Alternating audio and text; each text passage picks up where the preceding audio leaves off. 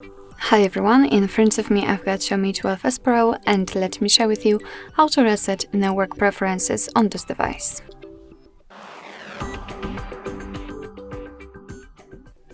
So first of all, let's enter the settings, and here we have to scroll to find connection and sharing.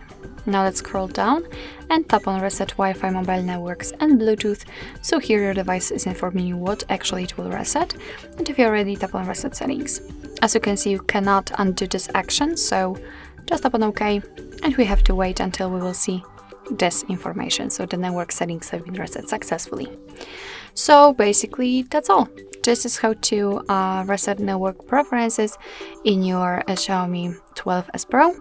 Thank you so much for watching. I hope that this video was helpful, and if it was, please hit the subscribe button and leave the thumbs up.